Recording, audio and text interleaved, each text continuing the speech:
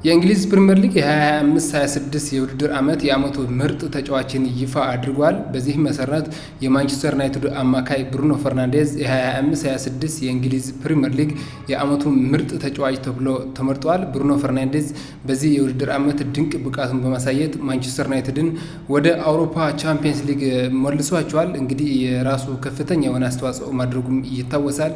በተለይ ብሩኖ ፈርናንዴዝ በዚህ የውድድር ዓመት 20 ኳሶችን አመቻችቶ በማቀበል በእንግሊዝ ፕሪምየር ሊግ ታሪክ በኬቨን ዴብሬን እንዲሁም በቴሪ ሄንሪ ተይዞ የነበረውን ሪከርድ እንግዲህ መጋራት ችሏል።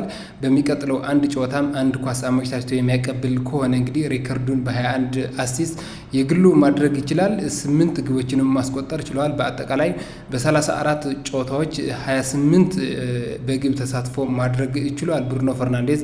ስለዚህ ብሩኖ ፈርናንዴዝ ብዙዎች እንደጠበቁት የዓመቱ ምርጥ ተጫዋች ተብሎ ተመርጧል።